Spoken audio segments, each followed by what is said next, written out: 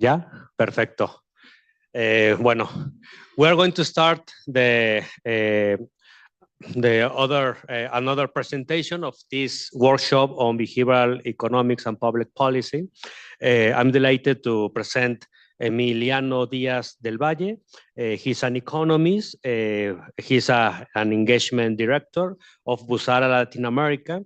And he's going to present the emerging applied behavioral science and system analysis to improve GBV policy implementation in Guatemala. So go ahead.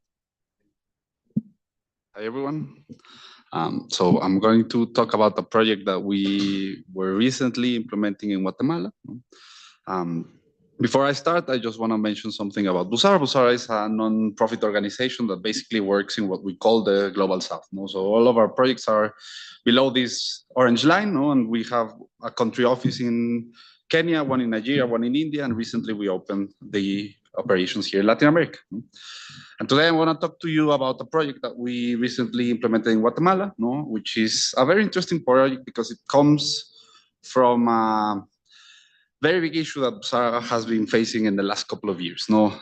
We work a lot on development issues, and as you know, and as it has been exposed before, development issues have a lot of non-obvious effects and elements playing a big factor in the decisions of people going through these issues. So Busara has been, trying to find a way to avoid looking at issues at a two-dimensional level. We, as behavioral scientists, tend to transfer everything to a two-dimensional journey and say, okay, our goal is to basically avoid abandonment through this process. But in reality, many of our issues, we can perfectly put this in paper, but once we go into the field, things that are not in the journey start affecting the problem. So we started working around 2023 on a methodology trying to merge applied behavioral science, which is what we do, with system analysis, which is basically what we are missing many of the times to try to bring this, let's say, non-obvious elements into play.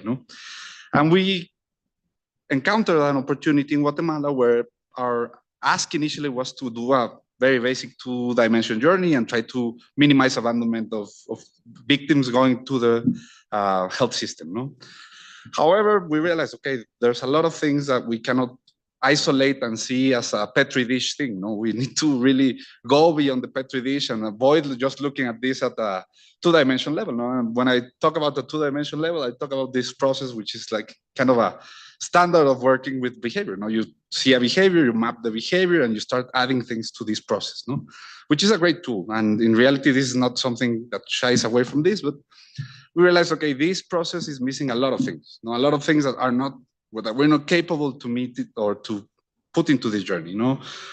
Actors that are not directly related to the journey, for example. There's a lot of profiles that won't show up in your regular, let's say, journey, but are affecting in a second or a third, let's say, level effect this problem. Policies, for example, protocols that should be implemented, other behavioral paths that people might take that shy away a little bit from this two-dimensional path, elements of perception, and the most important thing of this, the dynamics between these variables, because we tend to tie some of these variables to our two-dimensional analysis, but we forget a little bit about the dynamics of how these things interconnect and affect each other as they change. So, for example, in this process, in this project, we've basically put our goal into this question. How can we identify policies, protocols, and eventually interventions that, when correctly implemented in the system of Guatemala, can enable the healthcare system to enhance support and care for gender-based violence survivors. So this was interesting because we had to shy away just from the journey of a victim in the healthcare system. We had to understand these other things, policies, protocols, and other players that were playing in this game, let's say. So to face this project, we basically went into a very traditional process of using mixed methods analysis, and when going into the field, we obviously had a lot of, let's say, input from our team on gender and gender-based violence research and behavioral science. This was basically the standard element of this project. But then we added a fourth element, which is what I believe is the interesting part of this project, which is we added this system analysis lens to this.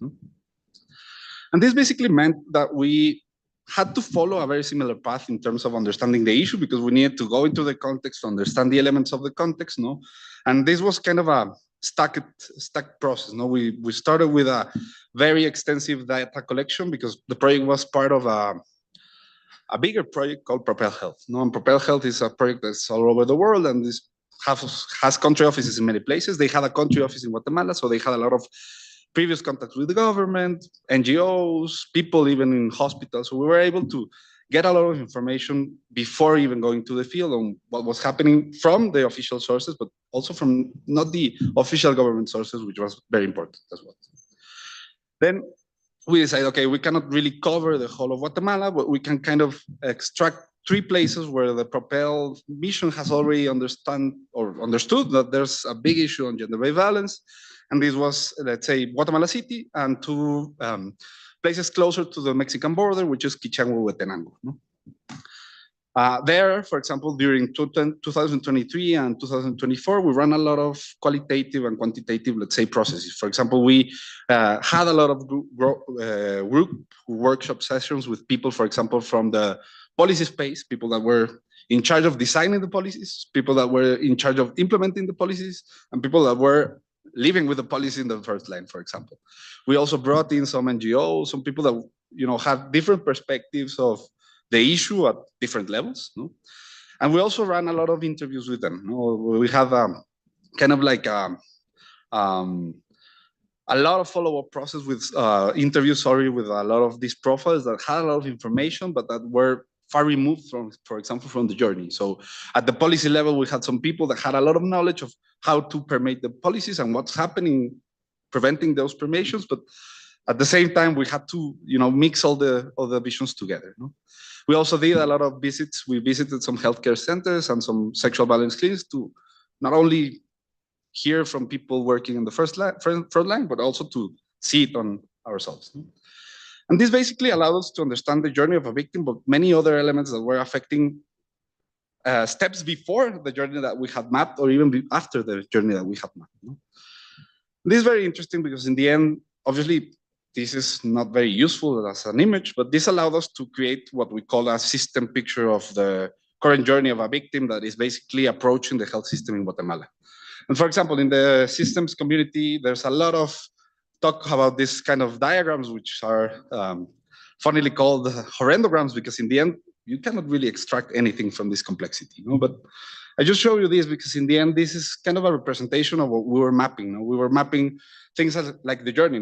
It's kind of a thing of various layers. If you take a lot of things here, you'll only get the steps of a victim going through the system, but you also get policies that are correctly implemented, policy failures, for example, some outcomes of the decision-making process of the victim, like, for example, the reoccurrence of violence in certain conditions, direct and indirect causes, and many elements that we found that had an effect. But the most important thing of this diagram is the lines that are connecting each other. It's hard to see, but you can see kind of a color-coded element allowing us to understand the dynamics of, okay, if we change this, what's the effect that this has on these other variables? Do they exacerbate their effect, or do they reduce the effect? And we needed to kind of take that into consideration as we started to decide how to, untie the knot.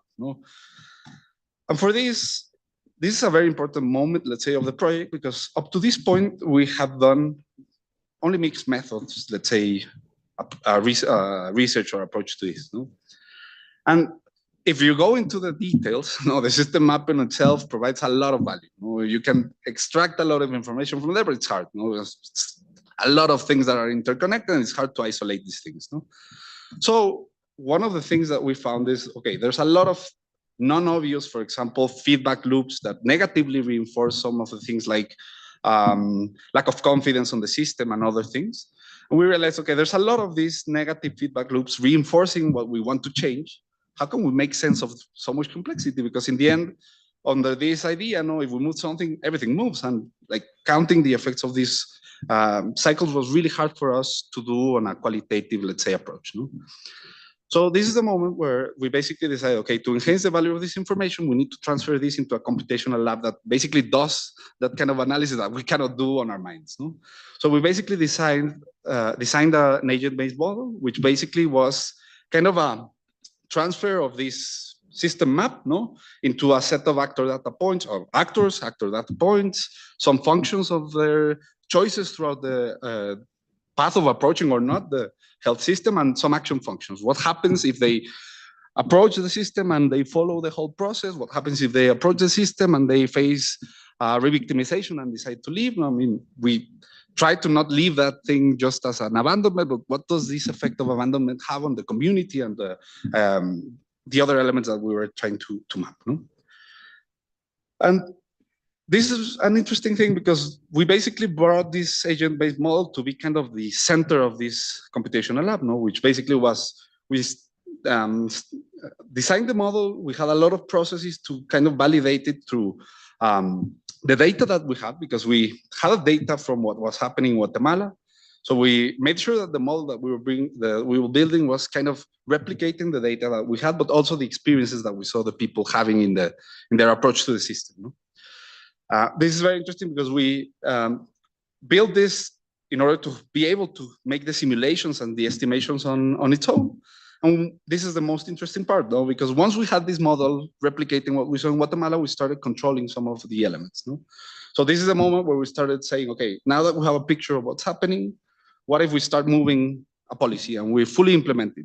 Or what if we remove this policy that has recently been implemented? Or what if we increase, for example, the number of police cars, for example, and things like that, different scenarios that we wanted to test in order to see, okay, considering that everything moves as we move things in the system, no, what's the best way to approach this and to generate the best aggregate, let's say, well-being for a victim? No?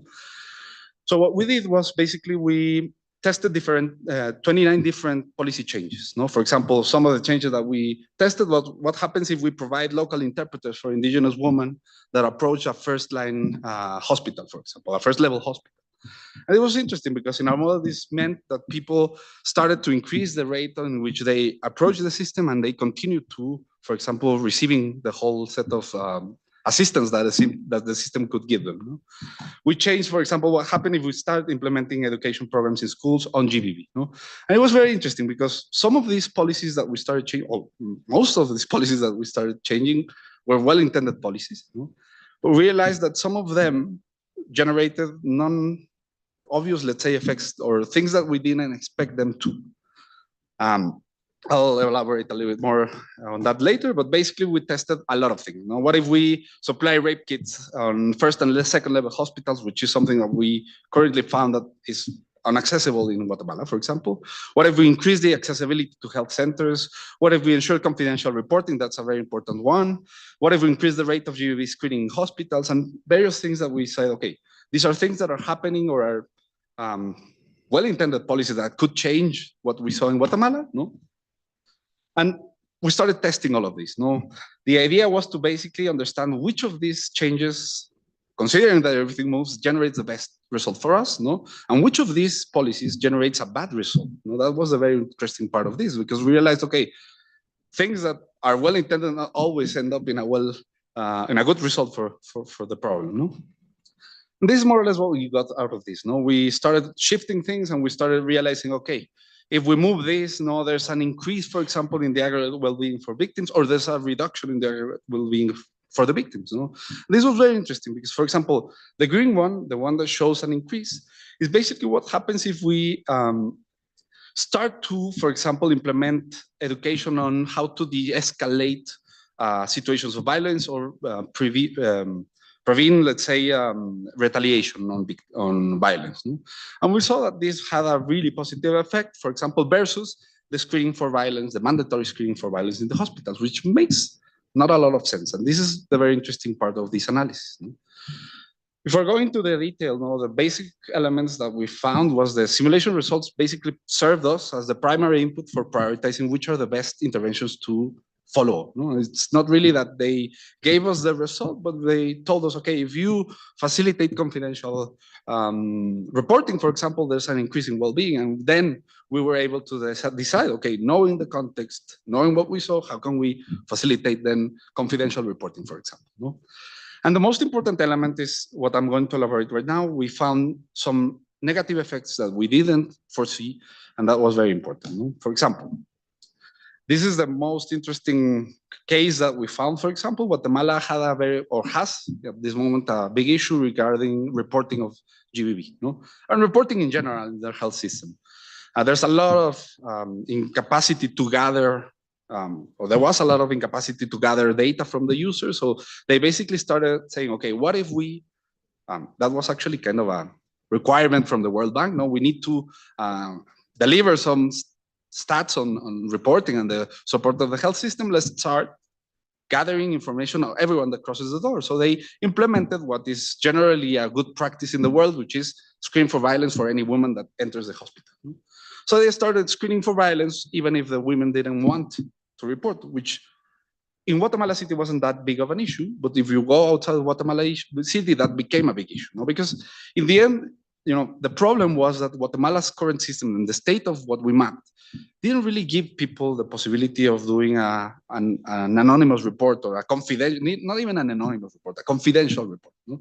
We found a lot of situations that actually one of the interventions was going to be implemented with a sexual violence clinic that had fought really to extract the reports from the GBV victims from the central, let's say, repository, because they had found a lot of situations where the perpetrator was able to get his hands on the report, because we were working in places where, communities of 2,000 people, where the hospital is just in front of the community leader's office, for example. So they're not always in the hospital, but they know everyone that goes into the hospital and why they go into the hospital and everything. So what we found was that screening for violence is not inherently wrong. It's actually a very good practice, but conducting it without ensuring confidentiality or safeguards against retaliation, like what was happening in Guatemala, can do more harm than good. And this is a very interesting thing, because if we see this issue as a linear approach, you can say, okay, you start screening people and the end result is they receive the care, they receive protection, and their well-being goes up, no, right? But in reality, no, this is not really happening. And what was really a well-intended policy was really creating a negative effect of people not wanting to even go to the hospital and say, I failed because I'm going to get screened, even if I don't want to, and the report is going to be made. This is very interesting, because these kind of loops were the things that kind of eroded the system. No, what we found was that these loops basically, as they continue to happen, GBV eventually finds less and less resistance, and other behavioral and structural barriers worsen, no? Which makes these Petri dish interventions even harder to work on a natural setting. No? So one of the things that we were able to get from this kind of analysis were these kind of affirmations, let's say. In the end, in certain areas in Guatemala, secure and confidential mechanisms for accessing support is essential to drive meaningful change. No, it's key to allow for the rest of the things to work. No, because if you start, for example, and that's one of the things that we were pursuing. No, if we start facilitating, this confidential reporting, it's kind of like moving a rock that allows the other things to start moving in the way that we expect them to. And as I said before, this was the moment where once we had this kind of tests that allowed us to understand, okay, what's the elements that generate the best impact, that's when we basically started to do the traditional behavioral design process. That's when we knew, okay, how can we, considering the context that we saw, facilitate, for example, confidential reporting, or how can we, considering what we saw, facilitate the other intervention that we found. In the end, what we found was kind of three groups of interventions. A group that was basically the stepping stone for the others, which were the green ones on the left. For example, ensuring confidential reporting is one of the most important. Improved quality of care, response strategies, the normalization of GBV are the barriers that say that basically avoid or prevent the other things to start moving. And then we found another set of interventions that once we started facilitating confidential reporting, once we facilitated a less, let's say, burnt out frontline and some other things, we could start then going to pursue, for example, what if we increase the access to the hospital? There's really no sense of increasing the access if once people go to the hospital, they'll find all of these issues. And we also found another set of interventions that I don't have here, which were the ones that were creating these negative outcomes, like the mandatory reporting thing. In the end, what the project was going towards, because the project was recently shut down due to the closing of Propel Health project, no? But basically what we had were 5 different interventions. 2 of them were already, let's say, we already had hired the companies that were going to implement it in Guatemala, no? The other 3 were basically in the process of design, but the idea of this was that basically each of these interventions was aimed to change, stop the current, let's say, dynamics that we saw in the initial mapping of the system. The cool thing about this is that it's basically kind of a new way, or we believe it's a new way of seeing also behavioral science. No, it's kind of like a way of trying to take this kind of thinking into a more complex setting, which obviously has its very good things, but it also has a very bad thing, which is you end up with this kind of complexity that unless you have or unless you do some sort of tool to untangle this complexity, can also lead you to a very complex path. No? But this is basically what I wanted to share with you.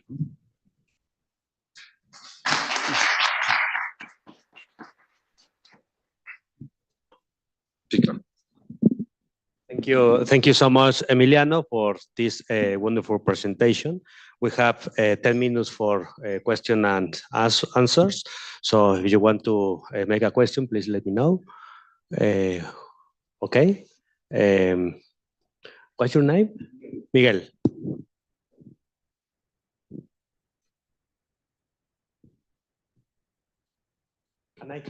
Con este mismo para agua.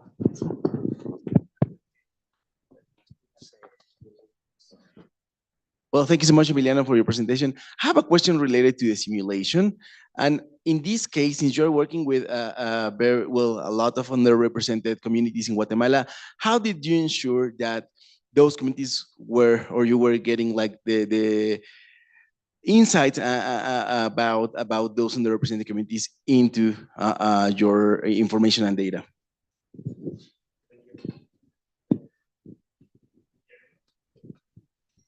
Thank you, Emiliano, for the presentation. I would like to ask you, how do you measure well-being in the simulations that you present?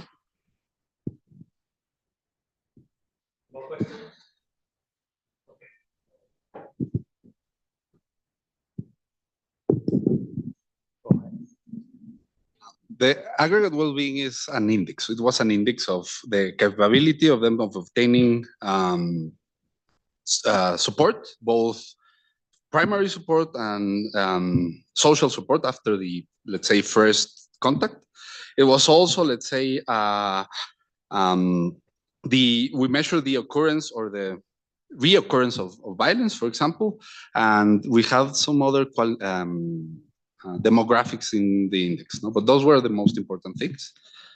And to the simulations, that's a very interesting question, because when you simulate things, you'll never have the full picture of this. But what we wanted to do by stacking this process of research, we were basically bringing different peoples into the table. No? So we started painting the picture of what Guatemala looks like, but then we went and did a very extensive process of researching Huehuetenango. No? So we did 3 waves of research where we brought in people. We gathered some experts that were, for example, NGOs that were working in the region, doctors that were working in the region, and we basically did individual validation sessions with them. No? So we basically turned the system map into kind of a set of situations, and we did some graphical, representations on that. When we sat down with them, we were basically talking through the process and showing them, okay, so when the victim comes to this happens, and this happens, and we tried to kind of make sure that we were coming as close as possible. No, we also had a second level of expert reviews, and we had this last, let's say, balancing of the model to kind of make sure that the data that we had in these regions was being replicated by it. But that's the way we got as close as possible to that. No? Thank you so much. The next presentation is Guillermina.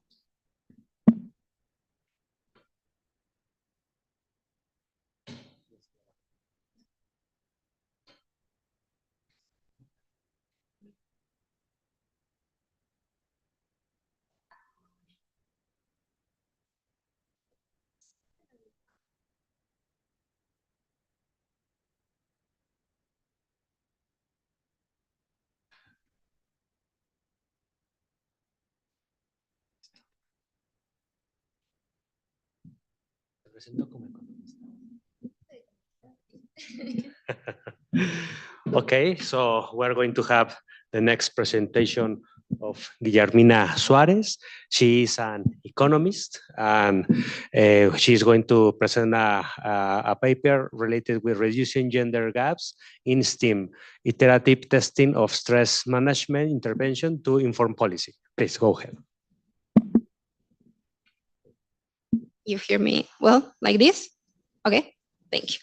First of all, thank you so much for inviting us. We are very happy to share our interventions with you. So first of all, some of you already asked me, but I wanted to tell you something about CEIVAL or what it is. CEIVAL is a governmental agency and is an innovation agency in education. So CEIVAL was founded in 2007 as part of the One Laptop per Child initiative. So at the beginning, the CEIVAL was providing computers to teachers and to students, but eventually with time, we're evolving to other areas. So this is digital platforms, innovation labs that are in the schools, and data-driven learning. So always in the context of encourage the integration of the technology and to improve teaching, learning, and the educational outcomes. In 2022, the Behavioral Science Lab was founded. I work as a researcher at this Behavioral Science Lab, and since then, we have been working on several projects, some within CEIVAL, so attending internal needs of the organization, and some outside in the educational system, most of them in partnership with ANEP, that is the National Administration of Public Education in English. We focus a lot on school absentees. Actually, tomorrow, the VIT team will be presenting an intervention that we did in 2023 to reduce school absentees in primary schools. So tomorrow, come to see the presentation. But today, I'm going to tell you about a series of interventions that we did in a program that has CEIVAL that is called Jóvenes a Programar. In English, it's like young people to program. I don't know, maybe something like this. This program was launched in 2017, and it provides free training and helps integrate young people. They have to age between 18 and 30 into the information and technology sector. So basically, they learn coding language. They also have some of English, and then they train soft skills like prepping your CV or for a job interview, something like that. So to be part of the program, the applicants must, besides having age 18 to 30, they have to complete at least third grade of high school, and also they have to do an entrance exam that is online, and they have to score at least 50% of that exam. So that entrance exams has 64 questions, multiple choice question, and they have 4 subjects. There is verbal, maths, concentration, and logic. Each correct answer earns 1 point, and if you get wrong, you're not penalized. And you have a time limit that is 180. If you pass that time, you're disqualified from the exam. And also to minimize cheating, there are the applicants are randomly assigned to different versions that are equally difficult, but generally between 4 and 7 versions of the exam.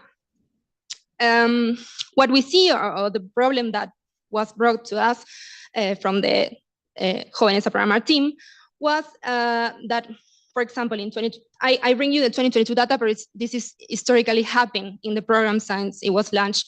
So in 2022, we have almost 600 participants, 46% women and 54% men. And what we saw is that women left significantly more questions unanswered, or skip more questions than men. On average, 13 questions on blank compared to 7.4 for men. And this is a behavior that is not rational, because if you don't know the answer, so you go ahead, that one, and you see. And also this impact in the performance of the women. So they score 65% compared to 70% of men, and this was affecting the admission of women in the program. So we wanted to explore interventions that we can use to increase the response rate of women, and we can narrow this gap. So this is sorry, a little bit of context. We all are aware that the gender gap in the STEM field is a worrying reality, is a problem. For example, in the United States in 2021, 35% of the STEM workforce were women, when we know there are 50% of the working age population. In Uruguay, the reality is not different. We have gap of 58, gender gap of 58% in people with IT skills. So we have 79% of men with IT skills and only 21% of women. So these are really big difference, and this reality is reflected in the employment market and also in the training profiles of the people. So this is worse. The problem is worse because in Uruguay, and I think in the rest of the world it's like this, this sector, the IT sector, is where the conditions of labor and the salaries are better. So we want more people to enter this sector, and in particular women. So this is when Jóvenes a Programar is a great opportunity for young people. So it's a high demand program. So a lot of people wanted to enter the program, and we wanted to rise the entrance of women. So why women underperform? What happened with us? So we have, if we look at the literature, is various studies suggest that we perform different due to factors related to risk aversion. So we women are more averse to risk than men. Also, we have lower self-confidence on our own abilities, but also we manage the stress different, especially in competitive environments. So this is what we wanted to focus with this study. We have studies that also show that we have difference in the percentage of self-efficacy and detect anxiety. This happens in primary school, but as they grow up, this gender gap is even bigger. So this is something that happened all our life. And also another study that showed that female students compared to men express more text anxiety, and this impact negative in the performance. So what can we do? In 2023, with this in mind, we assessed 2 interventions through a randomized control trial, and we designed 2 versions, 2 treatment groups. One is the sanitized. This was a little bit changes in the setting of the program, like removing the topic title of each section, because maybe that was reinforcing the gender stereotype. Because if you see math, I don't know, women are worse on math than men. Okay, so we remove the titles of each block. We also add a progress bar to tell the student how close they was to finish. And we add a message that explicitly clarified that the wrong answers were not penalized, because this was something that was no, but in anywhere says, okay, if you got wrong, you are not penalized. So this was something that we thought, okay, these changes maybe can get a difference, but we wanted to explore a little more about the anxiety. So based on a study of Harris et al., we design, we include in these versions, in this sanitized version, and exercise to reduce the participants' anxiety. I'm going to show you in the next slide what was the exercise, and was in 2 parts, one at the start of the test and one in the middle of the test. So we have in 2023, again, 6,000 participants, and we're randomly assigned to one of 7 test versions. This year was 7. And 4 to sanitize, 1 to stress reprisal, and 2 to a control. We wanted to randomize within each version, but for time and constraint logistics, we couldn't do that. So it's a long exercise that the objective is reframe how we think about the stress. So I'm going to read you a little part of text that we put it to the start. People who respond well to stressful situation interpret their body's psychological arousal positively. They get excited because their body is ready for peak performance during a test, a game, or a presentation. And after they read the test, we say, explain in 1 or 2 sentences why the following statement is true. The body's response to stress is an adaptation. It leads to better psychological state. This was the beginning on the test. They do the verbal section, then the math section, and in the middle, we say, okay, we suggest 3 techniques to relaxation, to deep breathing, mental visualization of a calming lens, and progressive muscle relaxation. And we say, choose one and practice it for 30 seconds, and you continue with the test. So sorry, the image is in Spanish because it's in our website, but I like this. You can only look to the characters because I like. So before the interventions, we have men like this taking the test. Okay, I don't know this answer. I should anyway. Let's move on. And we are, oh my God, I don't know the answer. What I'm going to do? And okay, I skip. I go on. I leave it in blank. So this is something exaggerated but about what happened, but it seems represents a little bit what happened. And after the interventions, men are in the same place, so I don't care, I respond. And we are, okay, let's go into read, let's go into count. But because this is basically what we see in the results. So both interventions reduce the gender gaps in skip questions and accuracy, affecting only women. So men, we don't have significant effect on men. So with this exercise, we, especially the stress reprisal, because the sanitizant has an effect, but it's no closing entirely the gap.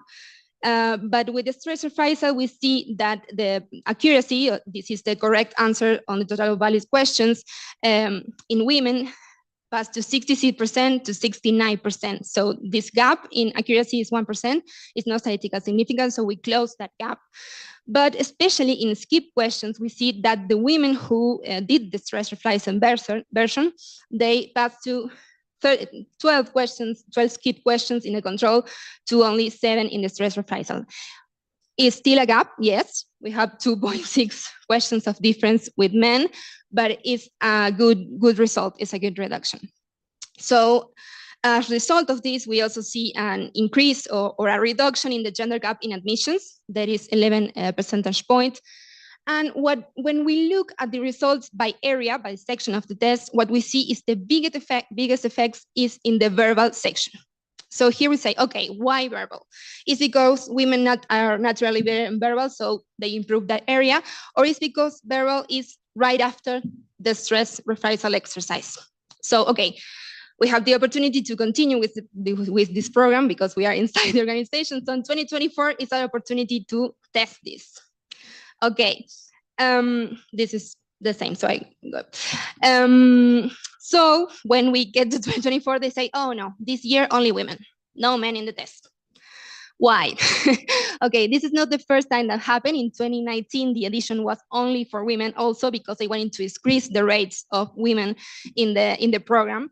So we say, okay, don't worry. We're going to try something anyway. We cannot see gender gap, but okay, let's try some things.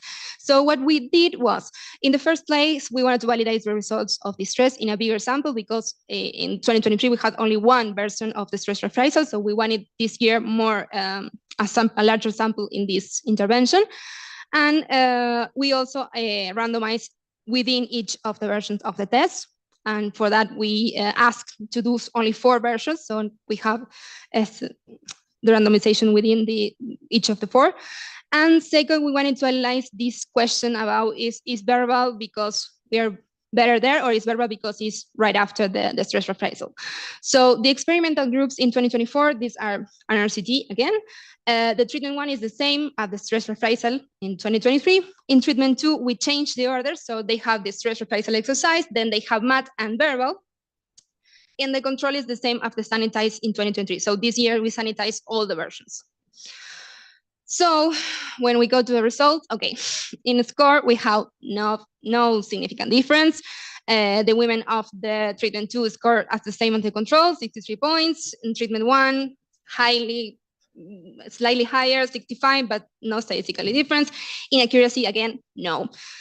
When we look at the skip questions, no difference again. If we look at the 90% confidence interval, the difference between treatment 1 and treatment 2, we see that 60.5 skipped questions in treatment 1 and 4.8 in the treatment 2. So there's a slight difference. So we wanted to see, okay, let's see a little bit more why happened this. So this last result is explained because when the exam starts with math, a lot of women leave the exam. So they leave in blank completely the test. So they abandon the test. So in treatment 2, what happened is the likelihood of leaving completely in blank the test is increased by 6.4 percentage point.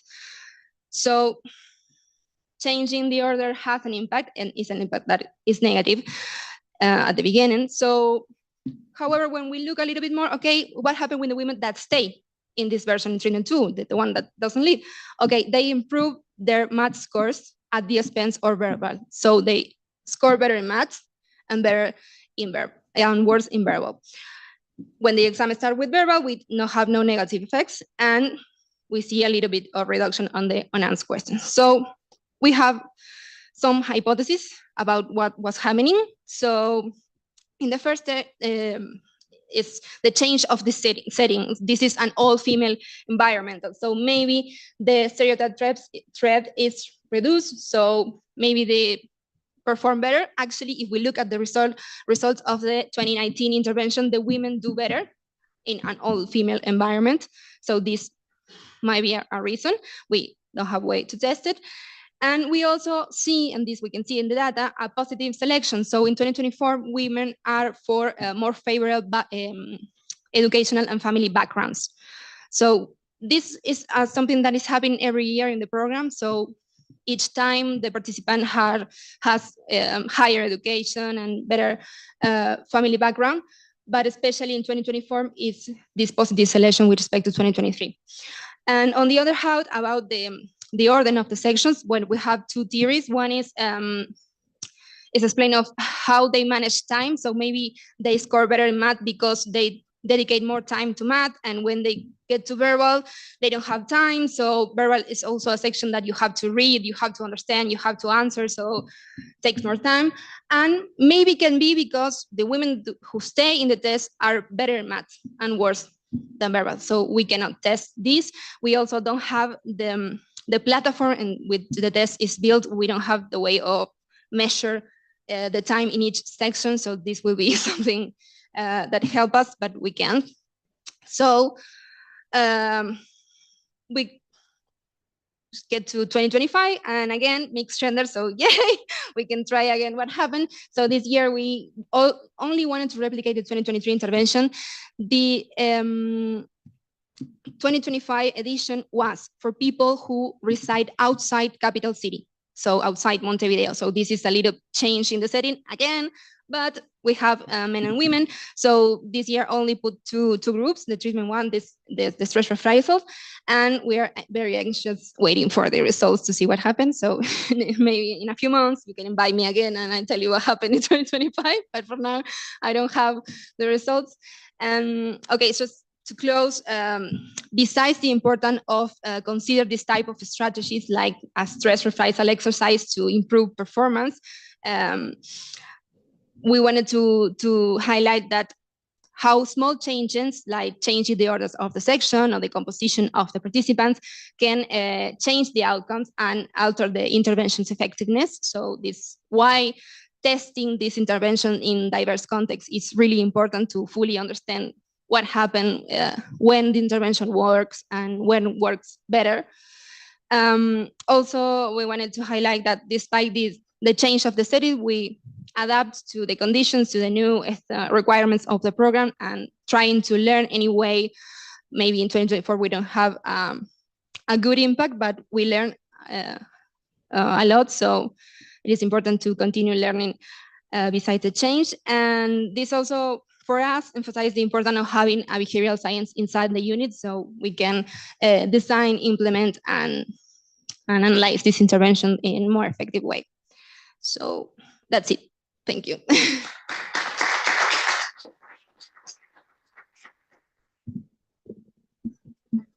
Yes, excellent time. So thank you so much, Guillermina, for your presentation. Was very interesting. So if you want to ask something, please let me know. Alex, please.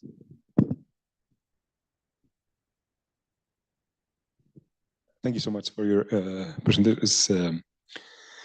I was wondering about, of course, personalization in public policy. So, is it possible? I mean, you know, with the help, and I'm throwing this because I'm doing some work on AI and the use of AI even in creating questions and randomized questions. Is it possible to use the information that you are gathering in a way that you can target specific identities in a way that you'll be able to eliminate these type of differences? I don't know. I'm trying to see how. And then the exam appears in a computer. Depending on the identity of the person, you will create a personalized exam that I don't know. This is just trying to think out loud about possibilities here. Yeah, I don't know.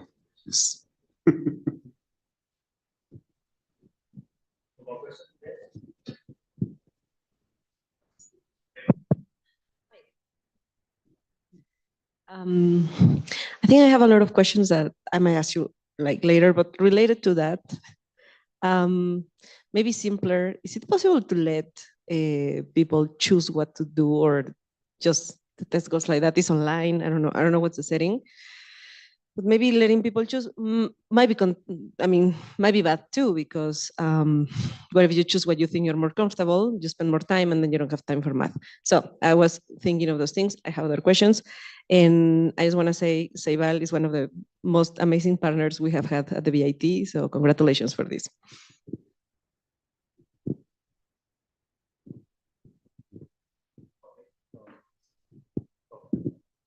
Thank you both for the questions. So I'm going to start with Maya and then I link with that. Yes. Okay. So that one was our first. Okay. Let's let them choose to see what they do. So this has two problems. One, logistical, because the platform when this operates, it's a little bit difficult to implement these things.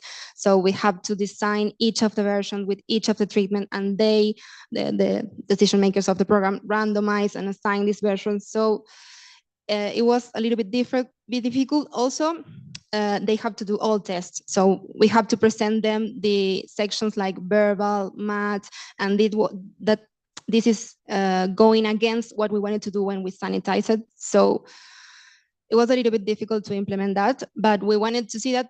Also, we wanted to see how they manage their time. If we let you choose, what do you do first? And which time do you allocate on each section? So that would be a really interesting exercise, but we couldn't do it. So in 2025, this was the alternative. And linked to that, the process, they first sign into the program and they have to fill up a form, and they have to put, it's like a student record, and they put all the background characteristics, so education. Maybe there is a way to use that information to generate maybe groups. I don't know if we are ready to do it personalized, but maybe create some groups and say, okay, this group apply this with the stress reprisal, and maybe something simple that personalized can work, and it will be really interesting to do. Yes. No more questions? Thank you so much. Thank you. So what we should do, perhaps we can take a break, 10 minutes then, then we go to the key speaker. Okay, so we're going to have a coffee break. 10 minutes.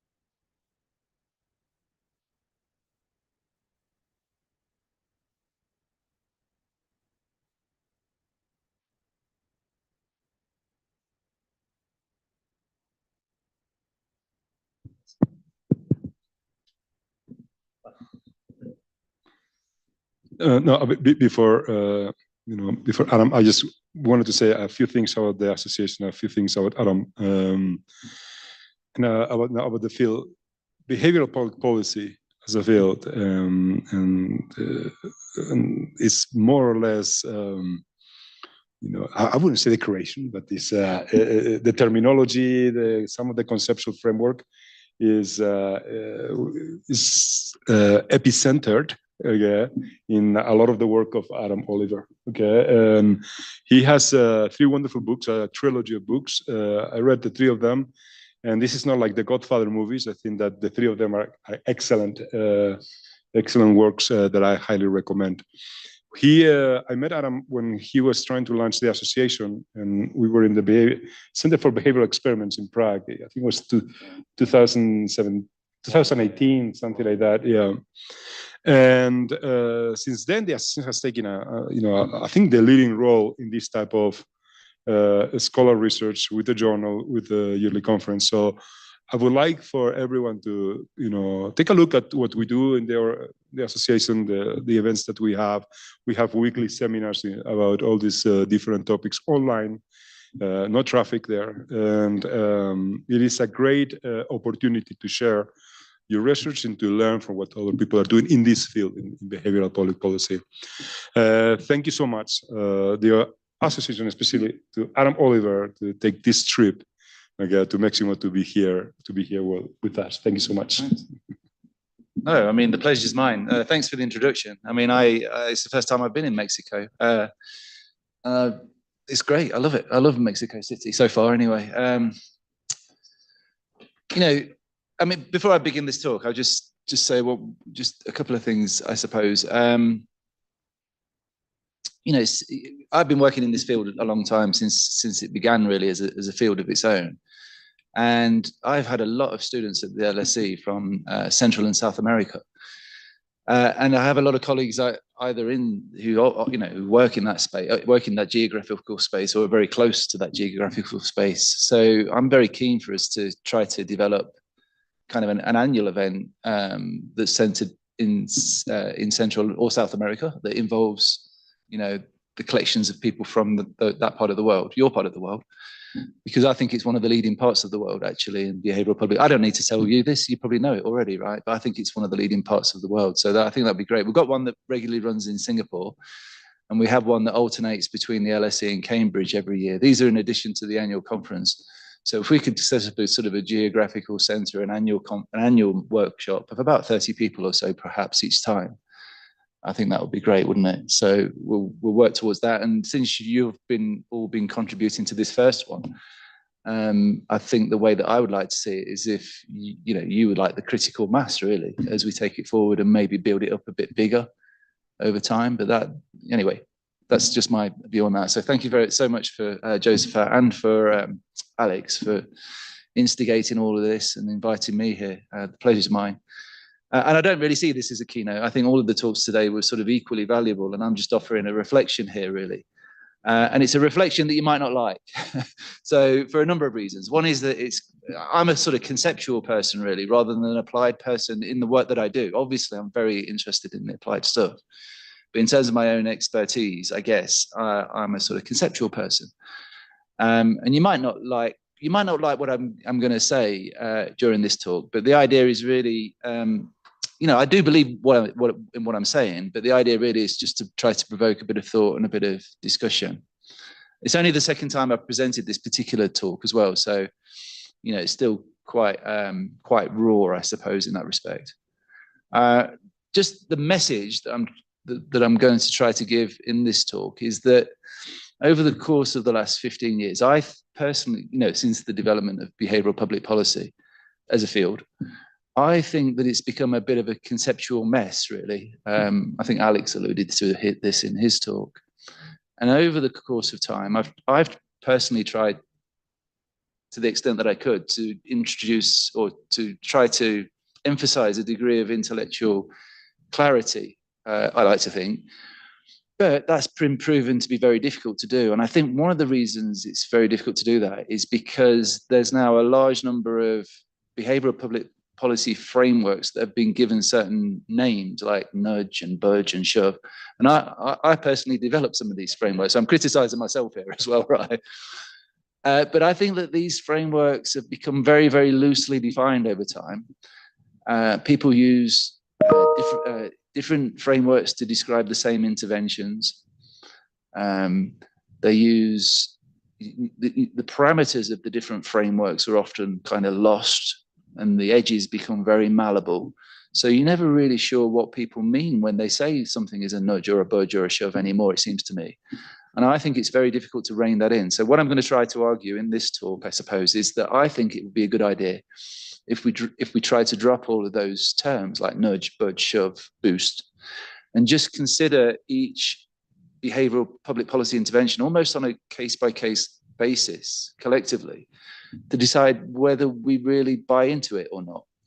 And that will be, that will be contextual. Some countries might buy into a particular intervention that other countries don't buy into. But I think that there needs to be a sort of a kind of like a public discussion really around whether a particular intervention fits with most people's conception of what it means to have a good society.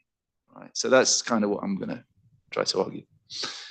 Okay, so some of this just repeats what I've just said, really. So I'll probably go through some of it a little bit quickly.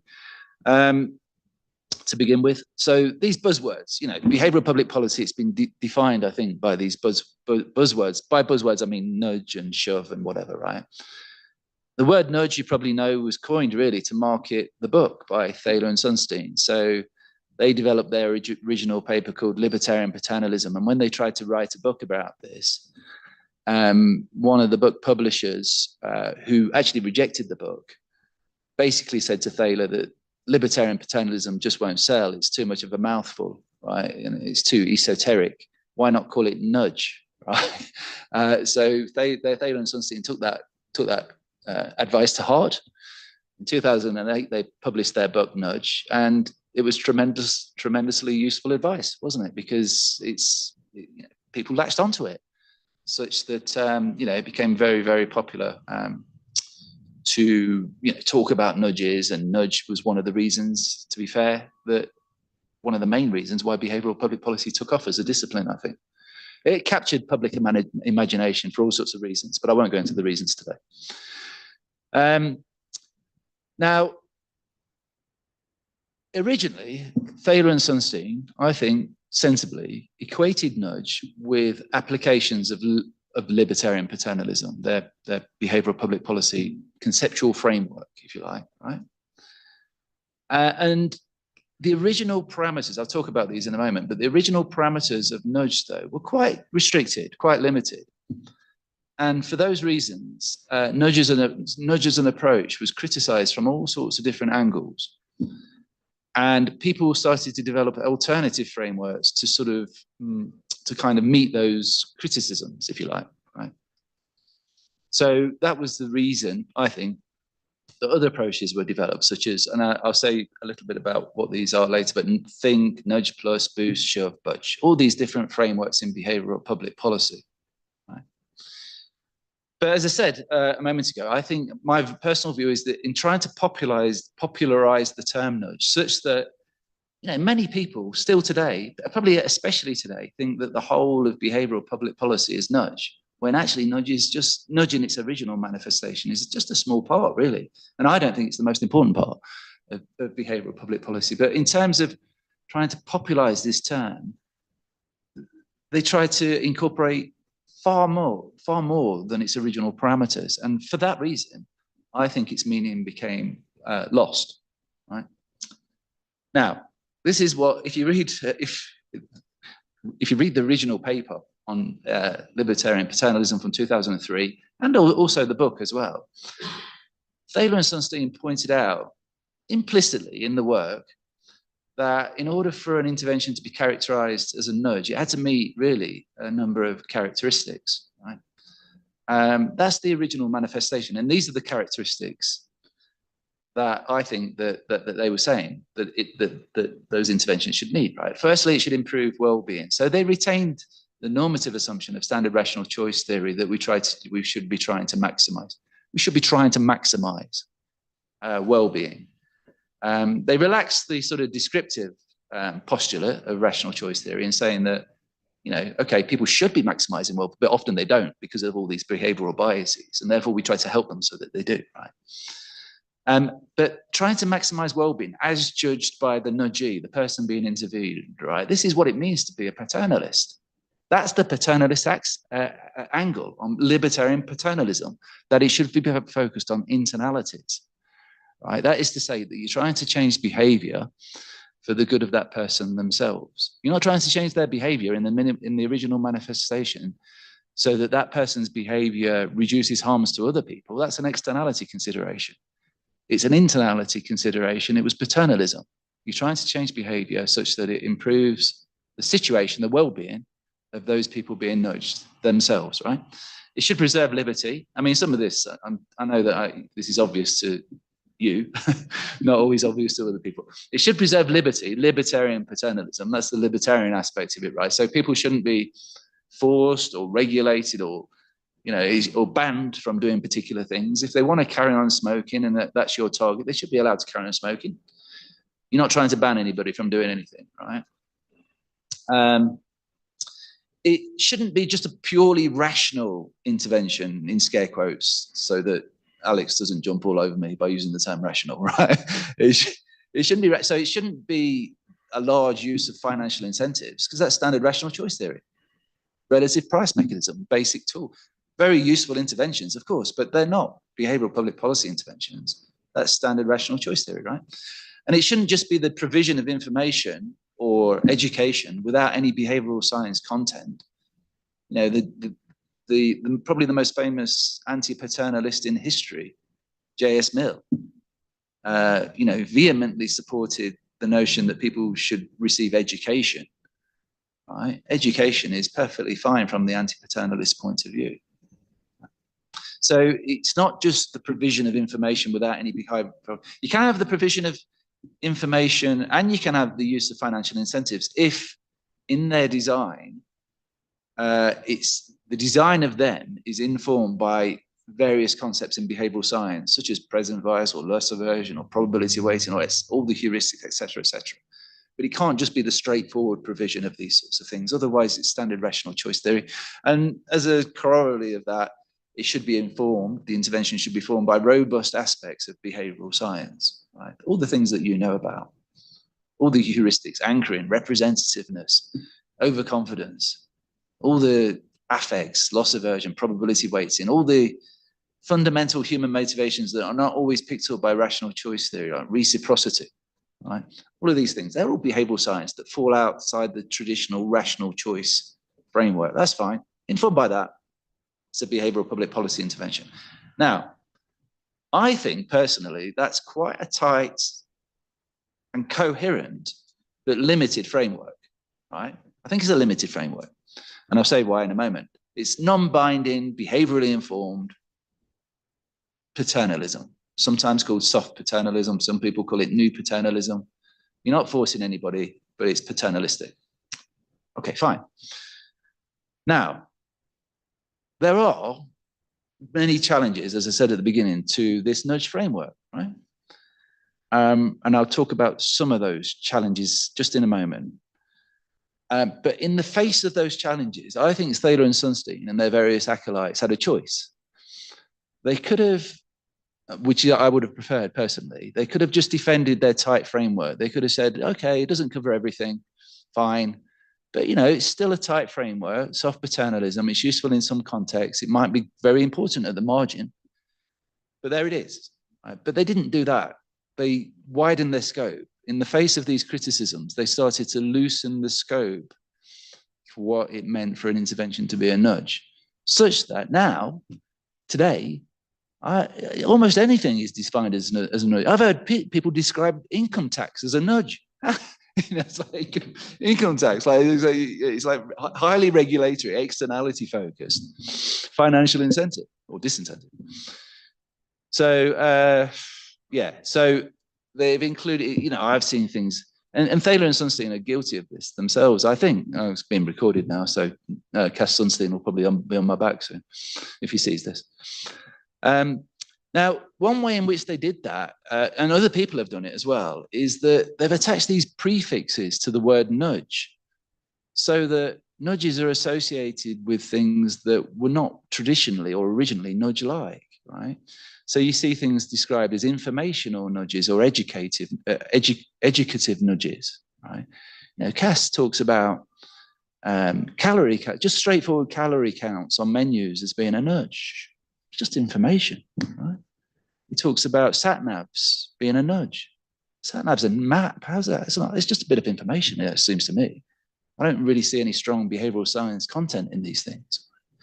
So all these kind of traditional tools of standard rational choice theory have almost been relabeled as types of nudges. A lot of my economists, straightforward standard rational choice theorists, economist friends think, what the heck? When they see these things being described, you know, as nudges. And then there's lots of things that are sort of now externality rather than internality focused being described as nudges, green nudges, nudges that really, well, nudges that have been sort of focused towards the environment, usually externality focused interventions. They're now being described as a nudge, an originally soft paternalistic framework, right? Social nudges, you often use social norms to get people to do social things for other people, now being described as nudges. Now, you know, I know that you guys will, you know, may well disagree with me on all this stuff, and that's fine. You know, you know, of course, you're entitled to your views on this as well. But and some of you might think, well, so what? If it's an intervention that works, what does it matter what we describe it as? I think it matters for intellectual clarity, and also to, I don't know how to phrase this really, but to keep on board, to keep on board, just to know, you know, just to let people know where they stand. So for instance, if nudges were continued to be described as soft forms of paternalism, then any form of anti-paternalist would be against a nudge. And their visceral reaction to the word nudge might be to oppose it. But when they look at it as a social nudge that it's externality focused, that might be perfectly acceptable to them. And then they start thinking, well, you know, this is not paternalism at all. Why are you labeling it in this term that was originally, you know, meant to signify a form of paternalism, right? So I think that this confusion it is important for the development of the field, just to let people know where they stand. People with very different ideological perspectives will support or not support different frameworks, but they've got to know what those frameworks mean and what those interventions mean. Otherwise, it just becomes a whole big mess, right? It seems to me. So the labeling of everything as nudges, I think, has bred, as I've said there, I think it's bred confusion, and it's just caused an intellectual vacuity. It's vacuous. If everything is a nudge, it's just vacuous. What does it mean? Right? That's what I'm trying to argue here, anyway. Right. So, in the hope, I mean, originally this was my view, you know, and others, of course, as well, is that when we kind of observed.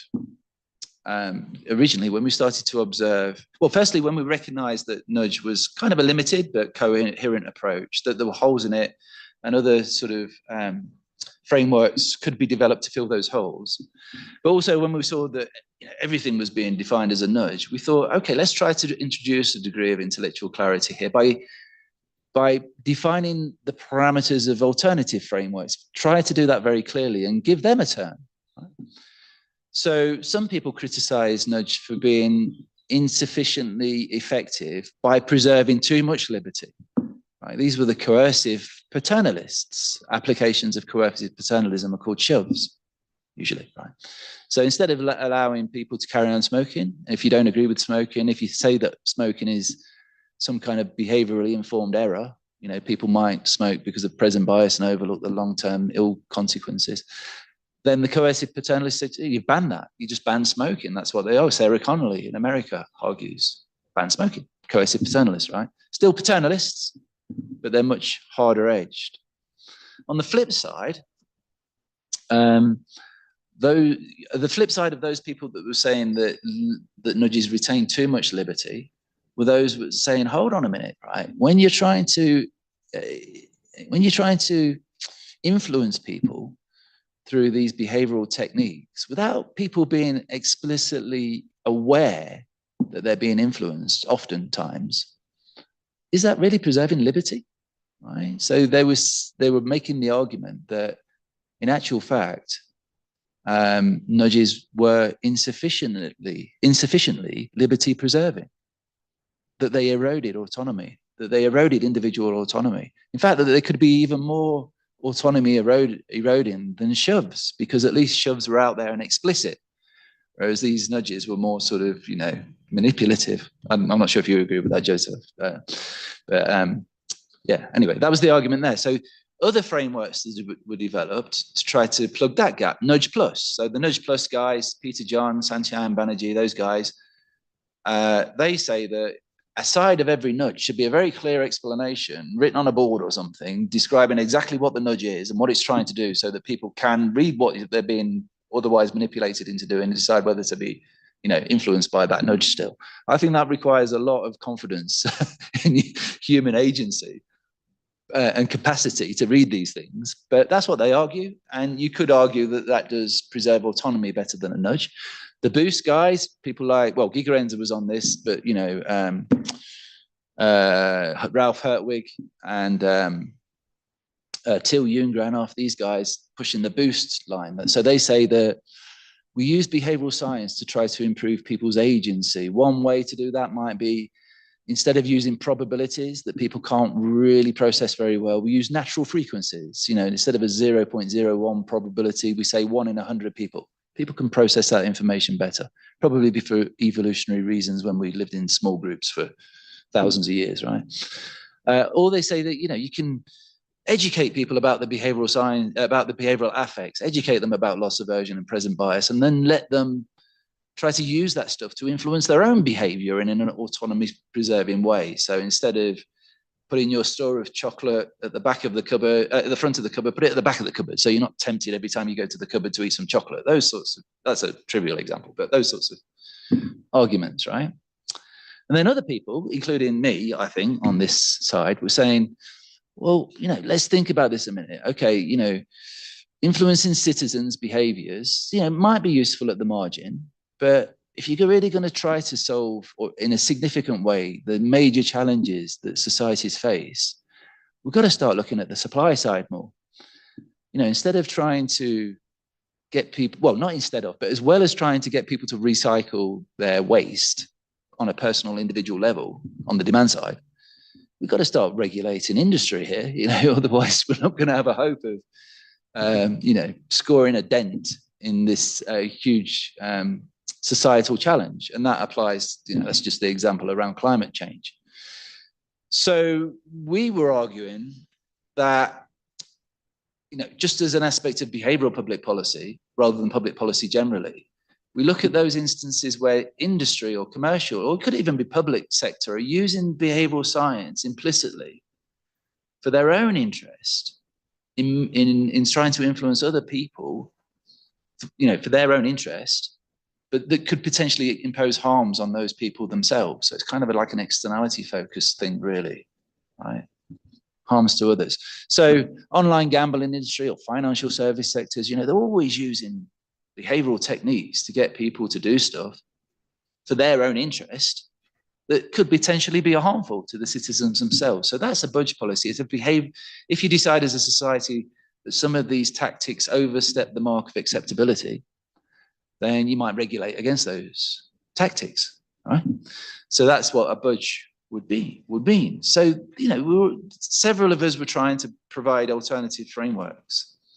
But what I've come to my own personal conclusion here after all this time is that it's doing no good, really. I mean, no, everybody's still calling things nudges that are not nudges, and people are misinterpreting what these alternative frameworks are, even leading people in the field. I've seen, I won't name a person, but I've seen a leading behavioral public policy person describe my stuff on budgets as forcing citizens to do something. Coercive paternalism, essentially. And I'm completely anti-coercive paternalism. This is about, regulating the supply side budget. So people are just misinterpreting these new things. So it's just, it's just a big mess, I think, using these terms. So my conclusion is, who really knows what these buzzwords mean? And therefore, if we don't really know what they mean, let's just drop them. I think they're just, they're creating more harm than good themselves, right? Of course, that's not to say let's drop behavioral public policy. That would be bizarre, I think, for me to say that. But it'd be typical of me to say that, I think. I'd start eventually arguing against myself. Yeah. And say, oh, forget all this stuff. That's true. I've done that in the past with other stuff. That's why I went into behavioral public policy. Anyway, that's another story. Right.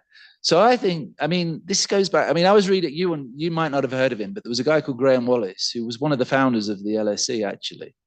One of the 4 founders of the LSE, along with Beatrice and Sidney Webb and George Bernard Shaw.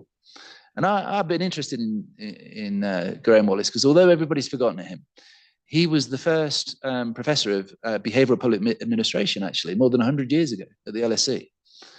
And although he was known for being a Fabian socialist, when you read his work, he got very impatient with them. And he was actually a liberal, I think. And he thinks as well. He wrote that himself. That's just an aside, really. But what his main line was, and this is not a line that's unique to Graham Wallis. This is a line that runs through liberal scholars throughout history, I think. And the line is, not all liberal scholars, but sensible liberal scholars, I think. The line is that in order to have a truly liberal society, we need to put constraints on the liberty of some people in order to protect liberty for all, right? And this runs through John Locke's work, often classified as one of the first liberals. So that's kind of an aside, really, because I was thinking, okay, if that's an argument for a liberal, that's what it means for a liberal to be, what it means to be a good society, then we should, from a liberal's perspective, we should be thinking about how behavioral public policy fits into that notion. And if you're not a liberal, if you're a paternalist, I still think, I equally think you should be thinking about how does behavioral public policy fit into my notion of what it means to be a good society, right? And in order to do that, I think we need to have a very clear sense of how behavioral science can be used in policy. And I've got a non-exhaustive list here. And a lot of these things are things that I've been labeled before as nudge, budge, shove, and all that.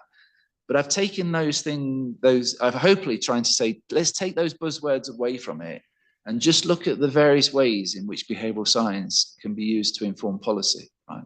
So just to go through these very quickly, it can be used, behavioral science, to manipulate behaviors of people, citizens, to benefit those people themselves. You could do that.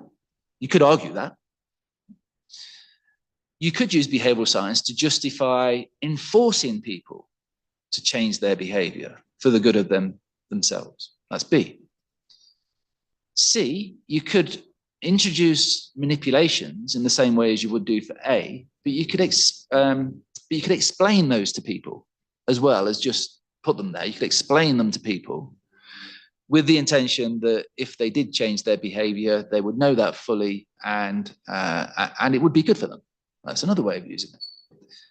You could use it in D to make statistical decisions easier for people to understand so that they could make better financial or health choices for themselves, or at least health and financial choices that better align with their own sense of agency, what they want to do for themselves. You could do that. You could educate people about, this is E, you could educate people about all the sorts of behavioral affects that we've talked, that I've mentioned already, that like the back of your hands, so that they could use them themselves as they wish, or that they could notice them being used against them in some sense on advertisements, and they could react against those advertisements potentially, in theory, right?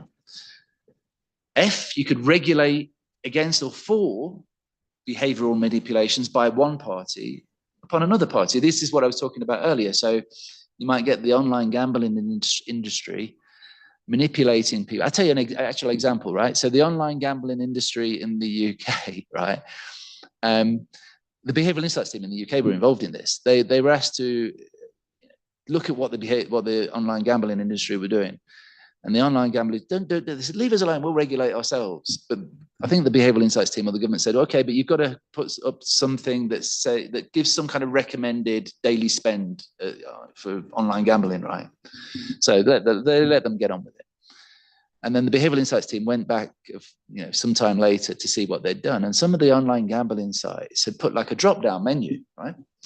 And it said the maximum daily average I would like to spend is, and then there was a drop-down menu. And the first item on the drop-down menu was £100,000 a day, right? £100,000 a day. So anchored on that, so they were doing these completely nefarious tactics. You might regulate them against doing those sorts of things because they're potentially harmful to people, right? So that would be an example of regulating against or for behavioural manipulations by one party upon another. G is similar to A, actually, to manipulate the behaviours on the demand side, but to benefit other people.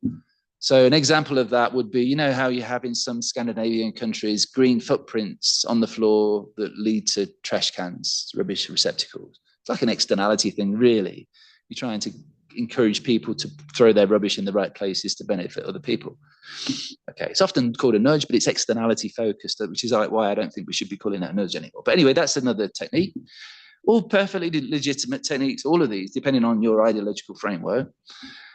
And finally, you could enforce behavioral change on people who are directly or indirectly harming others. So this is more of a traditional economic externality argument, but behavioral informed. So you might get, for argument's sake, hypothetically, you might get a manufacturer of pencils, a pencil manufacturer, and they're pouring pollution into a river from their pencil manufacturing, but they're not doing it maliciously, for argument's sake. They might be doing it because the managers are just overlooking the consequences of their immediate reactions, and therefore you might regulate against that activity to stop them from doing that because it's harming other people, right?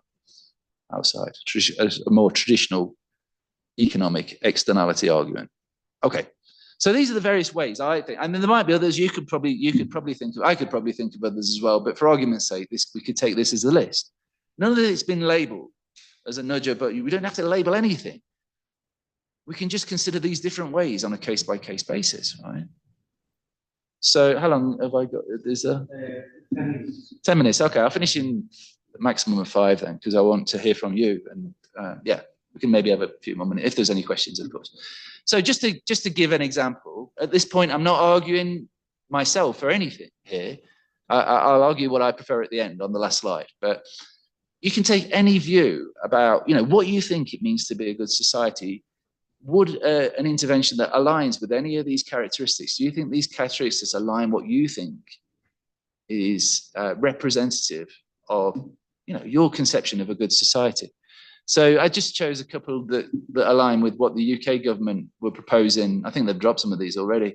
But when it came into power last summer, one of the first things it was proposing was a ban on smoking in outdoor places, a complete ban, just outside commercial enterprises, actually. So not everywhere, but outside, outside anyway, right? So what would that, and they were justifying it on the basis that people smoke and they don't really want to smoke. So it was, it was like a present bias type argument, I think. They were not entirely clear, though, on where their focus, whether it was a paternalistic argument, we're going to ban smoking because it's good for the smokers themselves, which is tenuous, isn't it? People might still go home and smoke even more inside their house, where they're more exposed to their own smoke, right? So anyway, but then they also were indicating, as they always do, that smoking causes costs to the NHS and the health services, and therefore it's an externality argument in some sense.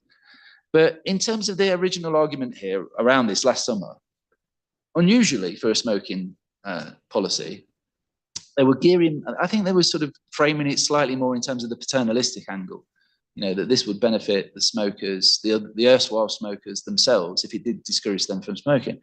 So that one would align, wouldn't it, with B, I think. It's kind of enforcing behavioral change to benefit those targeted. Right. So I'm just giving you an example, right? So if you think that's fine in what you think is a good society, you would have no particular opposition to that policy, would you?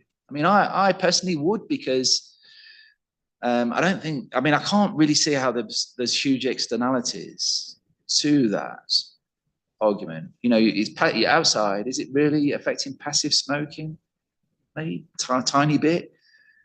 It could be imposing costs to the NHS, but then there's evidence, isn't there, that people that smoke actually impose less lifetime health care costs than those that don't smoke, because they die younger. They die 10, 15 years younger. Right? So is there a strong externality? You'd have to provide evidence. Anyway, right? That's one argument. Another thing that the government were proposing was a maximum £5 plays in online gambling games. So where does that fit? You know, they were saying, I think there were, the way that this was framed is that this was due to the nefarious tactics of online gambling companies themselves. Right. So I think it was like saying that we need to regulate the supply side. We need to force maximum £5 plays on the supply side.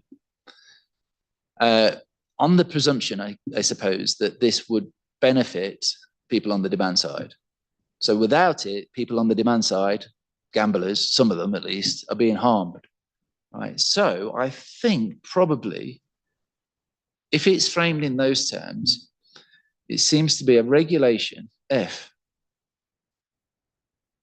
maybe for a behavioral manipulation or against something. Well, it's a regulation to some extent anyway, by one party upon another party. Sorry, it's a regulation, I've not phrased that very well there. It's a regulation on the supply side to potentially benefit the demand side. And it's a regulation on the supply side because otherwise the supply side is engaging in tactics for its own self-interest, right? So I think it probably aligns most closely with Framework F there. Now, if you're a paternalist, I think you'd support that, probably most people.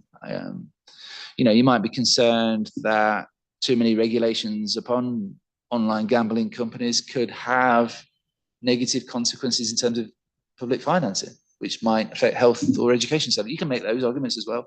But generally the thing is about that one is that you don't have to be a paternalist to support that policy, because it's a regulation upon an actor that's imposing harms potentially on other actors. So it's an externality argument. So for me, who's not particularly paternalistic, I'm perfectly fine with that. That would fit into my conception probably of what it means to have a good society. And then just very briefly, you know, an old one, I don't know, you don't have it such strong in this country as in the UK, in that we have to wear seatbelts in the back seat as well in the UK. Now, this has been put forward usually sometimes it's put forward as externality actually, but usually it's a paternalistic focused argument, as is motorcycle crash helmets, right? But you might support, you know, if you said that people don't wear, if it's not law to wear seatbelts, people might just in the moment, you know, prefer to be a little bit free. They're overlooking the long-term potential negative consequences of that. It's behaviorally informed. We're going to force them to do something. So most paternalists would agree with that, I think. But some anti-paternalists might not be particularly opposed to that. And for this reason is that the cost to autonomy are not that large, at least on an individual basis. I don't think, is it? The cost to me on putting on a seatbelt are not that large. And yet the potential benefits are very large. So, you know, it might be that a lot of people that are otherwise anti-paternalistic would support that policy. And that's kind of an important point in a way, because sometimes interventions are put forward to justify a whole approach, when in that approach, you can get very different levels of interference in human behaviors. So when people are often justifying nudge policy, when you see them give talks and all that, they come out with those arguments like, let's reorder food on a canteen shelf. Quite innocuous things, right? And then they justify a whole approach on the basis of those few examples. Whereas some nudges can actually be very, very impactful upon human behavior and very manipulative of human behavior. And you might, if you really thought about it, be a lot more circumspect about those particular interventions than these innocuous ones that are often put forward. Okay, so I think the policy, I've got one more slide just to conclude. So don't worry, Joseph, right? You don't have to throw me out just yet. Or, you know, people can leave, I suppose. You're free. I'm a liberal, right? But I think that this is, thinking about these policy characteristics in these ways can be useful. You can think about whether your policies that you're considering are indeed behavioral. It's fine if they're not. A lot of the, probably most of the interventions that are truly effective are not behavioral public policy interventions anyway. That's fine. But within the scope of behavioral policy, is it indeed behavioral?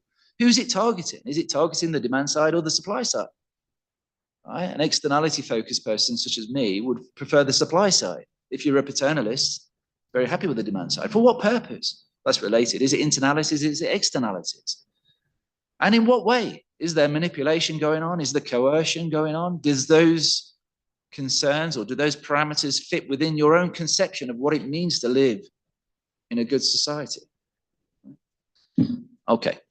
So I've not given you my favorite approach because I don't want to be a paternalist, right? But I thought it would be like kind of wrong of me not to suggest what I personally prefer right at the end here, right? As an approach for my own conception of what it means to be a good society. So my sympathy is with being circumspect of arguments for behavioral manipulations and coercions. Now, some of you work, most of you work in NGOs or behavioral insights teams. But I think if you really look at most of the stuff that you guys are doing, most of it's not manipulative or coercive. A lot of it is regulations, actually, of demand side activity, of supply side activities, and a lot of it is boosts, trying to improve agentic capabilities in a more open way. I remember David Halpern, we had a tour, Ralph Hertwig gave the annual LSE BPP lecture. We had a dinner and David was there, who used to be the head of behavioral insights teams, for those of you who don't know, in the UK at least. He was the guy that started the whole thing, really. And he said, this was only last year. He said, when I listen to you, Ralph, I realize all of that we've been doing in the behavioral insights team is not nudges, it's boosts. David said that. David himself. I don't think it is all boosts. I think David's wrong. But that's another example of people using buzzwords incorrectly. But I think some of it's budgets and some of it's boosts. Yeah. Anyway, as I said a moment ago, I don't think you should be using trivial or special examples to justify general approaches. And my personal favorite approach is to use behavioral science to mitigate, as justifications to mitigate the harms that some institutions or organizations are potentially imposing on other people. So to go back to my predecessor at the LSE, Graham Wallace, I think we need to. A lot of people classify liberals as just letting people get on with it. Not at all. A sensible liberal approach can be highly interventionist because you recognize that if you just let people get on with it, there'll be those out there, and some of you have talked about this today, there'll be those out there that will try to exploit other people. So we need to put constraints on those behaviors. We need to put constraints on some liberties to protect the liberties of all. And I think this mostly closely matches policy characteristics F. Thank you. I'll finish. Thank you so much.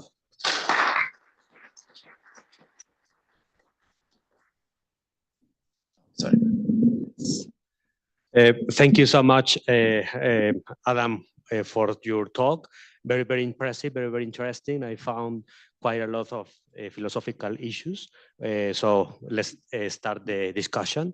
So who is the first? Okay, Alex? Thanks, Adam. I think that when concepts are not well defined and they don't have meanings, the best way to proceed is just to get rid of them, But you develop very important concepts that have helped clarify the field, like the idea of batch. And I saw in one of your slides something that looked like the cube that you developed, okay, with some changes in the names that you used. And I'm wondering, like, is there a way to not throw the baby with the dirty bath water whenever we are trying to clear some of this mess that we have in the field? And also, is it the problem of the field or is it the problem of people? Like, sometimes you just have to say, all right, people get your stuff together and start to learn what you're doing. This is the field. Could it be part of the responsibility of what we do to make sure that the concepts are clear, that we use them correctly, and that we use this type of spaces to debate about what these concepts are, and then to publish about them, and then to say, no, this is not a boost, this is not a notch, this is normative, this is not normative. I don't know. This not. I feel sad getting rid of all these concepts, and also the imperialism part. It's very interesting because if you try to translate these concepts from English to Spanish, they don't work. So we come up with horrible things. So of course, ideally, if we're going to throw away these concepts, we should have some type of concepts that are meaningful for the epistemological field of behavioral public policy. Yeah. I mean, but I mean, usually, if you use the concept of electron, you know, that works because it has a meaning, or a positron, or you know. But with notch, you know, yeah, it's catchy, but in Spanish, it's like, you know, a kick on the neck. You know, like it's un pequeño empujoncito. Yeah, it's like, okay. yeah, and a shove is like, no, it's a empujón. You know, it doesn't make any sense.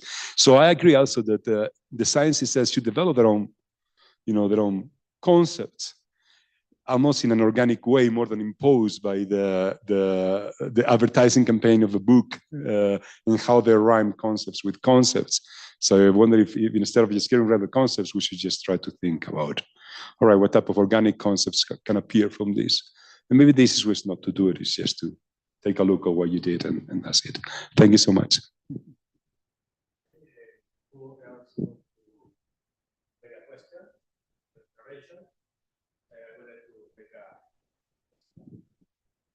Okay, so it has to do with the idea of Alex. I just wondering whether the solution, the conceptual solution to this problem of the ambiguity of the notion of nudge has to do with the proper focus should be choice architecture. Perhaps choice architecture. The idea that the choice architecture is the point where different kind of nudge are starting. So perhaps the key notion we should rethink is choice architectures, and perhaps a solution might be there. For example, when we are discussing libertarian paternalism in Spanish, we use the word in English, nudge, because when we translate literally to empujoncito, we feel a bit weird.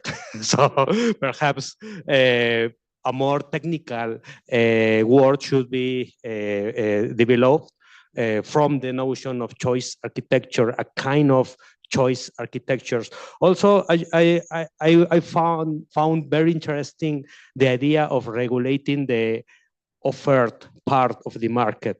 You said, because, for example, in the case of obesity, it's a topic that I was working here in Mexico. Many food industries are using choice architectures to make evil. So it's a kind of sludge, but I think that perhaps a more technical idea of how this kind of choice architectures are depredatory. Perhaps we should bring more political philosophical reflections on that topic, and also the idea of what kind of good society we should have. I think that's a very political philosophical issue, and for me, it's an amazing point, because for me, economics is political economy, and also is a moral philosophy. So I think that you are bringing back moral philosophy to behavioral economics, and in that sense, I feel that we should address in a more philosophical way, for example, what kind of society we should boost. For example, I think that the idea of Aristotle, of felicidad in Aristotle, happiness, the idea of eudaimonia, Perhaps that could be a good idea of a good society where every soul, everybody can nourish, can flourish. So that's the point I would like to say. Yes.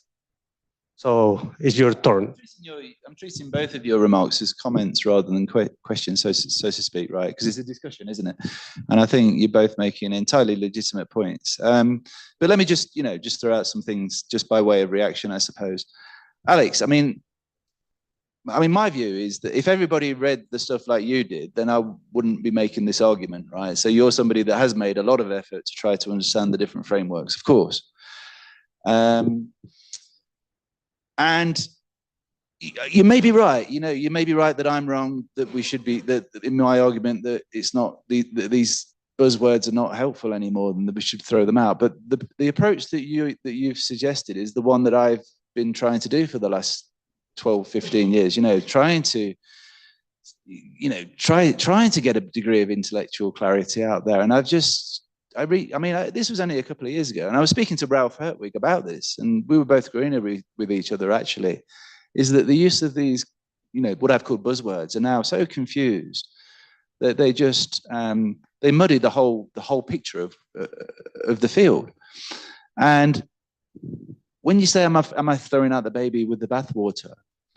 I don't think so. I'm throwing out the dirty bits of the bathwater, but I'm cleaning. Oh, it's not up there. But my list of characteristics, the frameworks. Were my slides up when I gave the talk? When I gave the talk, were the slides there? But were they there when I actually gave the talk? No, but when I gave the talk, were my slides? Yeah. All right. Okay. All right. Oh, they'll be very. So, the characteristics, I'm keeping all the characteristics. Everything's there, apart from really the buzzwords that confuse matters, I think. So the behavioral public policy cube that I won't describe to you all, but it's just a way, you can have a cube basically, and you can fit all the frameworks within the cube, various aspects of the cube. You can actually fit all the standard rational choice interventions within that cube as well. But you still can with all this. It's just that I've taken out those buzzwords that I personally think now are just are more trouble than they're worth. Just my view is just consider, as I've said, I won't repeat, I will repeat myself. I just think we should be considering the characteristics of each intervention and just thinking about what, and related to that is your point, I think, Josephat, is that I think that not just in behavioral public policy, but in lots of aspects of public policy. I worked a lot in health economics and health policy, and this was the case there as well. People throw out interventions a lot, and they don't really think about whether this is really a good thing to do, whether it's really, have a real good think about whether this really does align with your own, if you like, philosophical or ideological framework that you prefer. You could choose eudaimonia, you could choose that for fulfillment. You could adopt a more sort of liberal, a slightly more liberal perspective. I suppose some people will classify Aristotle, but a slightly more liberal perspective than that, and not worry about outcomes so much at all, but focus more upon like a constitutional or a contractarian approach to public policy. Just worry about the rules of the game and let people get on with it. You could think about the harm principle, let people get on with it within the constraint that they're not imposing unjustifiable harms on others. So there's all sorts of endless frameworks that you could personally prefer. I prefer personally a contractarian framework. A lot of you will prefer a consequentialist framework. I used to align with a consequentialist framework. I changed my mind over the course of time. I think it's better to focus upon the rules of the game rather than the final score, personally. But that's as I said, these are just personal judgments. On the choice, just finally on the choice architecture thing, some people are trying to frame behavioral public policy in that way. So I think Eric Johnson at Columbia, I think he now sort of aligns, if you like, nudging with choice architecture. I think that's too general though, because choice architecture can be used for paternalistic purposes. It can be used for externality purposes, right? It can be used for malignant purposes, the sludge. So I wouldn't then be able to say I support a choice architecture approach. I'd have to say, well, what's it doing? Right. So I'd still need to sort of break that down into these more sort of, oh, it's gone again, but these more sort of, these more dissected more dissected frameworks in order to know whether I fully believe that's a good thing to do and it fits in my conception of a good society. Yeah. Okay, so thank you so much. Thank you so much, everybody, for this wonderful day of working day. We close this workshop at the first day. So tomorrow we are going to have 8 more presentations. So thank you very much for your interest and for your patience. Thank you.